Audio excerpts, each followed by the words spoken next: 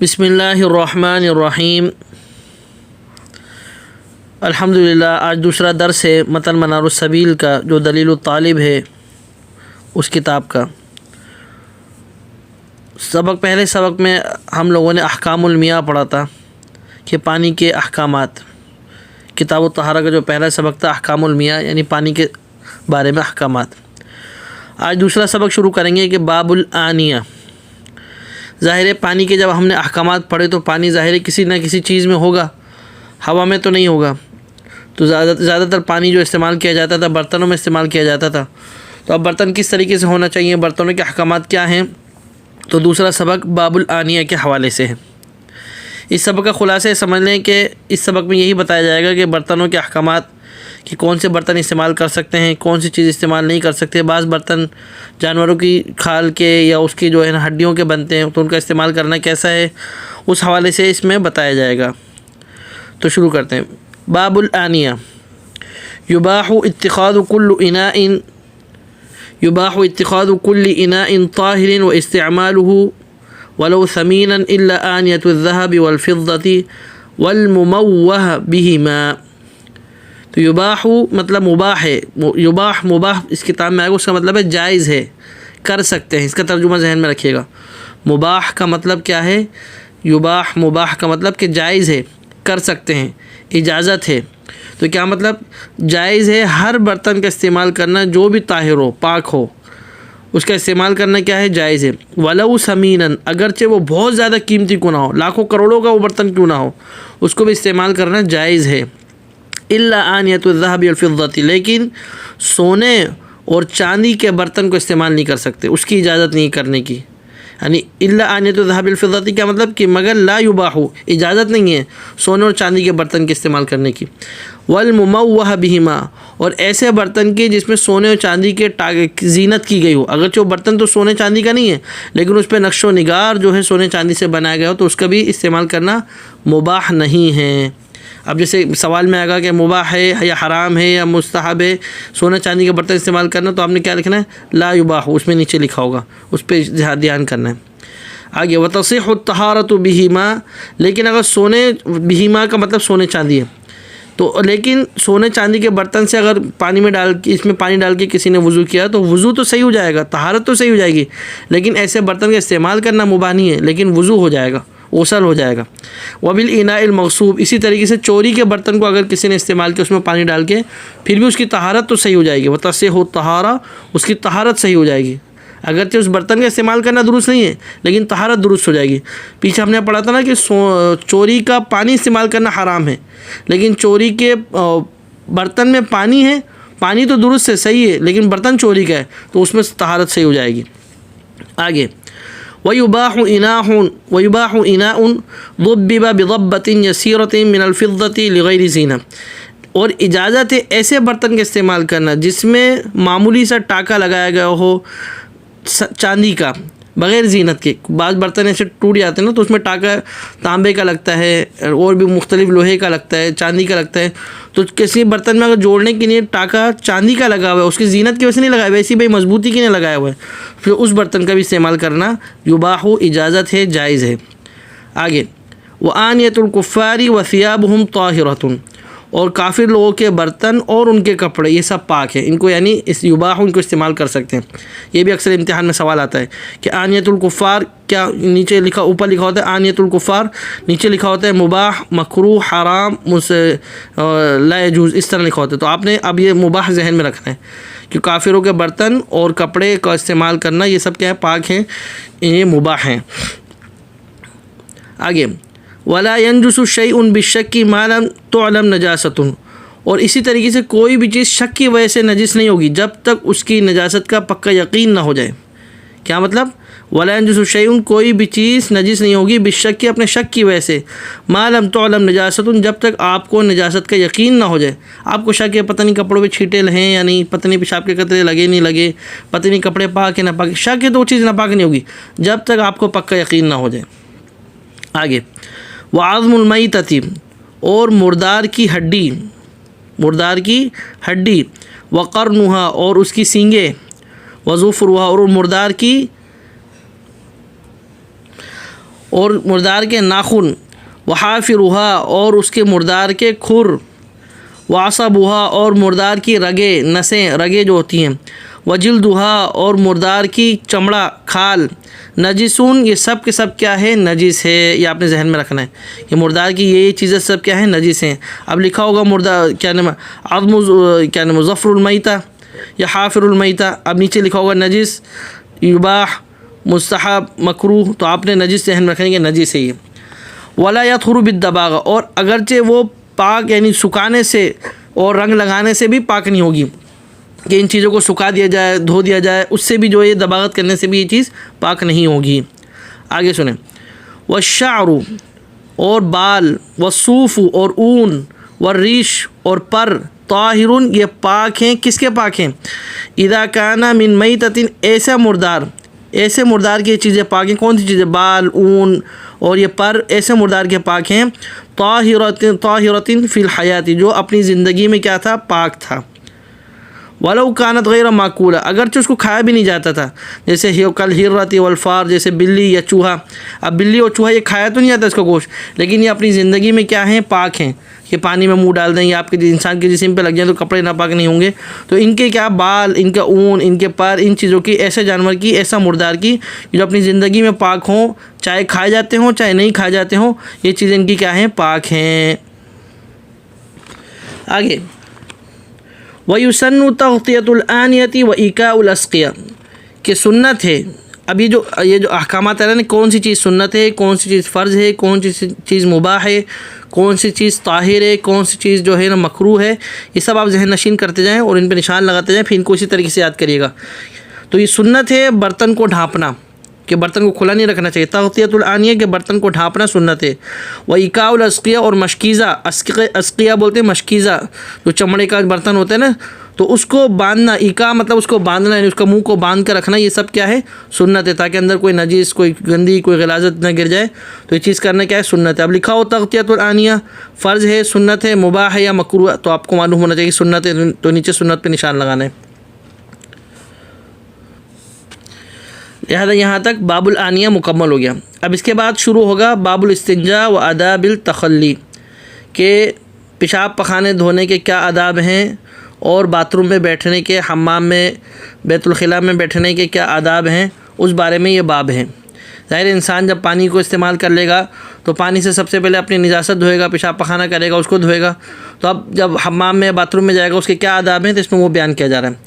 آگے، الاستنجاء، استنجا کس کو بولتے ہیں؟ استنجا کی تعریف ذہن میں رکھیں، ہوا ازالۃ ما خرج من السبیلین بماء طہور، کہ استنجا بولتے ہیں کہ زائل کرنا، ہٹانا ہر وہ چیز جو نکلے دونوں پیشاب یا پخانے، کوئی بھی ان دونوں راستوں میں سے، بماء طہور پاک پانی کے ساتھ اس نجاست کو ہٹانا، اس کو استنجا بولتے ہیں۔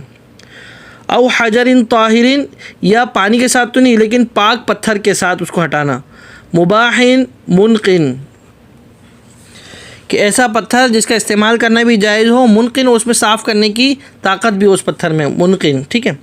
آگے، فل انقاء، یہ منقن، انقاء اس کے معنی ذہن میں رکھیں، صاف کرنا، دھونا، نجاست کو ہٹانا، زائل کرنا، اس کا مطلب یعنی صاف کرنے والی چیز۔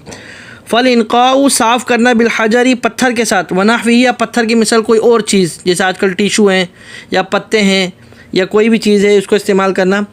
ان یبقى اثر لا یزیل الا الماء، کہ پتھر یا اس کے مثل کوئی بھی چیز کو استعمال کرنے سے نجاست کا اثر باقی رہتا ہے، وہ لا یزیلہ، وہ اثر ختم نہیں ہوتا نجاست کا، الا الماء، ہاں اگر پانی کو استعمال کیا جائے، پانی سے ذریعے نجاست کو دور کیا جائے، پھر اثر زائل ہوگا۔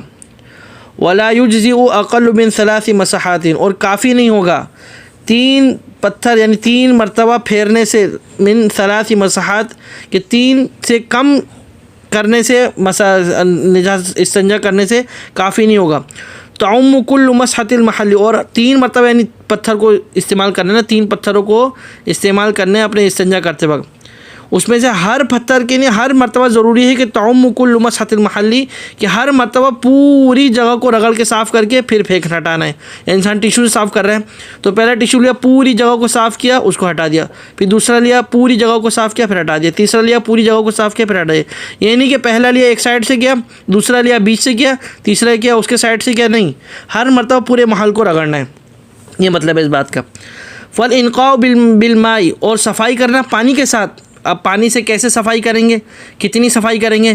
یہ نہیں کہ لوٹے لے کے بیٹھے رہیں گے اور رگڑتے رہیں گے جب تک بالکل چمک نہ آ جائے، جب تک بالکل جو ہے نا یعنی یہ مت، یعنی کتنا ہمیں پتہ چلے گا کہ پانی سے کیسے صفائی کریں؟ تو قانون بتا رہے ہیں، عود خشونۃ المحل کما کان وظنہ کافن، کہ جب انسان پیشاب پخانے سے پہلے اس کی وہ جگہ جو ہوتی ہے نا کھرکھری ہوتی ہے، لیکن جب پیشاب پخانہ کر لیتا ہے تو وہ جگہ چکنی ہو جاتی ہے اپنی نجاست کے لگنے کی وجہ سے۔ تو جو عود خشونۃ المحلی کہ لوٹ آئے اس کی کھرکھراہٹ اس پیشاب پخانے کی جگہ کی، کما کان ظن کافن، اور یہ کیسے پتہ چلے گا؟ اپنے گمان سے پتہ چلے گا۔ 1 لوٹا 1.5 لوٹا 2 لوٹے جتنا بھی پانی استعمال کیا، اب ہاتھ سے اس جگہ کو صاف کر رہا ہے، لیکن اس کو گمان ہو جائے گا کہ اب وہ جگہ کی جو کھرکھری پن ہے آ گیا ہے، اور جو چکناہٹ تھی نجاست کی وجہ سے وہ ختم ہو گئی ہے۔ یہ انقاء بالماء اس طریقے سے ہوگا۔ آگے وَيُسَنُّ، اور سنت ہے، الاستنجاء بالحجر ثم بالماء، کہ استنجا کا انسان پہلے پتھر سے یا پتھر کے مقابل کوئی بھی چیز ہو، ٹیشو وغیرہ، پھر پانی سے کرے، یہ ایسے کرنا سنت ہے۔ فَإِنْ عَكَسَ، لیکن اس کو الٹ کرے کہ پہلے پانی سے کرے پھر پتھر سے پھر ٹیشو سے، کُرِہَ، ایسا کرنا مکروہ ہے۔ پہلی چیز ترتیب سے کرنا سنت ہے، دوسری چیز اگر الٹ کریں گے تو مکروہ ہے۔ یہ بھی اکثر امتحان میں اس طریقے سے آتا ہے، آپ کو معلوم ہو کہ کون سے مکروہ ہے کون سا سنت ہے۔ وَيُجْزِئُ أَحَدُهُمَا، اور ان دونوں میں سے یعنی پانی اور پتھر میں سے کسی ایک کو صرف استعمال کرنا، ایک پہ اکتفا کرنا، تو یہ بھی کافی ہوگا۔ وَالْمَاءُ أَفْضَلُ، لیکن پانی کا استعمال کرنا افضل ہے۔ اب کتاب میں سوال میں لکھا ہو کہ پانی کا استعمال کرنا سنجے میں کیا ہے، فرض، واجب، سنت، مباح، افضل کیا ہے، تو آپ نے افضل ذہن میں رکھنا ہے، ٹھیک ہے۔ آگے وَيُكْرَهُ اسْتِقْبَالُ الْقِبْلَةِ وَاسْتِدْبَارُهَا فِي الْاِسْتِنْجَاءِ، اور استنجا کرتے وقت یعنی پیشاب پخانے کو دھوتے وقت قبلے کی طرف رخ کرنا یا قبلے کی طرف پیٹ کرنا، یہ کس کا حکم کیا ہے؟ مکروہ ہے، ایسا کرنا مکروہ ہے، آپ نے یاد رکھنا مکروہ ہے۔ آگے وَيَحْرُمُ، اور حرام ہے، بِرَوْسٍ، کہ استنجا کرنا کس کے ساتھ؟ گوبر کے ساتھ، سوکھے گوبر ہوتے ہیں، اوپلے ہوتے ہیں، اس کے ساتھ استنجا کرنا یعنی اپنی پیشاب پخانہ کرنے کے بعد اس سے صفائی کرنا، ان کے ذریعے حرام ہے۔ وَعَظْمٍ، اسی طریقے سے ہڈی کے ذریعے پیشاب پخانے کو صاف کرنا، استنجا کرنا، یہ بھی حرام ہے۔ وَطَعَامٍ، اسی طریقے سے کسی کھانے کی چیز کے ساتھ استنجا کرنا، یہ بھی کیا ہے؟ حرام ہے۔ وَلَوْ لِبَهِيمَةٍ، اگرچہ یہ ہڈی، یہ کھانے پینے کی چیز اور یہ گوبر اگرچہ کسی جانور چوپائے گئی کیوں نہ ہو، کچھ کا بھوسا ہو یا اس کی کھانے پینے کی چیز ہو، اس سے استنجا کیا جائے، یہ بھی حرام ہے۔ فَإِنْ فَعَلَ لَمْ يُجْزِئْهُ بَعْدَ ذَلِكَ إِلَّا الْمَاءُ، اب اگر اس نے ایسا کر لیا کہ گوبر سے یا ہڈی سے یا کھانے پینے کی چیز سے استنجا کر لیا، اب ایسا کرنے کے بعد اس نقص ذہن ہو یہ تو حرام تھا، چلو میں ٹیشو سے صاف کر لوں، پتھر سے صاف کر لوں، نہیں۔ فَإِنْ فَعَلَ، اگر اس نے ایسا کر لیا تو لم یوز، اب اس کے لیے کافی نہیں ہوگا بعد ذالک، ایسا کرنے کے بعد، الا الماء، صرف اور صرف وہ پانی سے ہی صفائی کر سکتا ہے اس کے بعد کرنے کے بعد، اب وہ پتھر کو یا اور چیز کو استعمال نہیں کر سکے گا۔ اسی طریقے سے کما لو تعد الخارج موضع العادہ، اسی طریقے سے اس وقت بھی صرف پانی بھی کافی ہوگا، پانی کو استعمال کرے گا کہ جب نجاست اپنی جو نکلنے کی جگہ اس سے پھیل جائے۔ ایک انسان پخانے کے لیے بیٹھا اور بڑاس کر کے توپ چھوڑا، اب ظاہر اس کی نجاست سب جگہ پھیل گئی، جب سب جگہ پھیل گئی تو اب وہ پتھر استعمال نہیں کرے گا، کیونکہ جو اس کا جو مقام تھا، محل تھا نجاست نکلنے کا، اس سے ارد گرد پھیل گئی ہے، تو اس صورت میں بھی اب صرف اور صرف پانی استعمال کرے گا۔ تو کما لو تعد الخارج موضع العادہ کا مطلب یہی ہے کہ جو اپنے نکلنے کی جگہ ہے وہاں سے نجاست جب ادھر ادھر پھیل جائے تو پھر اب جو ہے وہ کیا کرے گا؟ صرف اور صرف پانی استعمال کر سکے گا۔ اگلا مسئلہ وَيَجِبُ الْإِسْتِنْجَاءُ لِكُلِّ خَارِجٍ إِلَّا الطَّاهِرَ، کیا مطلب کہ کوئی بھی چیز نکلے دونوں سبیلیں، دونوں راستوں سے، تو اس وقت استنجا کرنا یعنی صفائی کرنا، دھونا، یہ کیا ہے؟ واجب ہے، یہ استنجے کا حکم ہے۔ لیکن إِلَّا الطَّاهِرَ، لیکن اگر کوئی صاف چیز، پاک چیز نکلی ہے، مولوی صاحب تسبیح کا دانہ کھا گئے تھے یا دھاگا کھا گئے تھے، اب دیکھا دھاگا کھنچتا ہوا آ رہا ہے یا تسبیح کا دانہ وہاں سے نکل گیا، اب اس صورت میں استنجا واجب نہیں ہے۔ والنجس الذي لم يلوث المحل، یا ایسی نجاست نکلی ہے کہ جس نے اس جگہ کو خراب ہی نہیں کیا، کتنے دن ہوگا بیچاروں نے کچھ کھایا نہیں تھا، وہ سوکھا سا پڑک کر کے کچھ نکلا اور اس جگہ کو کچھ خراب بھی نہیں کیا، کچھ بھی نہیں کیا، بالکل پتہ ہی نہیں چلا، تو اب استنجا کرنا بھی واجب نہیں ہے، یہ اس بات کا مطلب ہے۔ آگے فصل کا مطلب ہوتا ہے کہ جو ہمارا بات چل رہی ہے نا، اب جیسے ہمارا چل رہا ہے باب الاستنجاء و آداب التخلی، اسی کے حوالے سے جو مسائل ہیں اس کو اب اس میں ذکر کیا جائے گا فصل میں۔ تو یسن لداخل الخلاء کہ سنت ہے بیت الخلاء میں داخل ہونے کے لیے تقدیم الیسرا کہ پہلے الٹے پاؤں کو پہلے داخل کریں. یہ کرنا کیا ہے؟ سنت ہے. یہ بھی امتحان میں آتا ہے, لکھا ہوتا ہے تقدیم الیسرا. یہ کیا ہے؟ سنت ہے, واجب ہے, مستحب ہے, مباح ہے. تو کیا ہے؟ آپ نے ذہن میں رکھنا ہے کہ سنت ہے.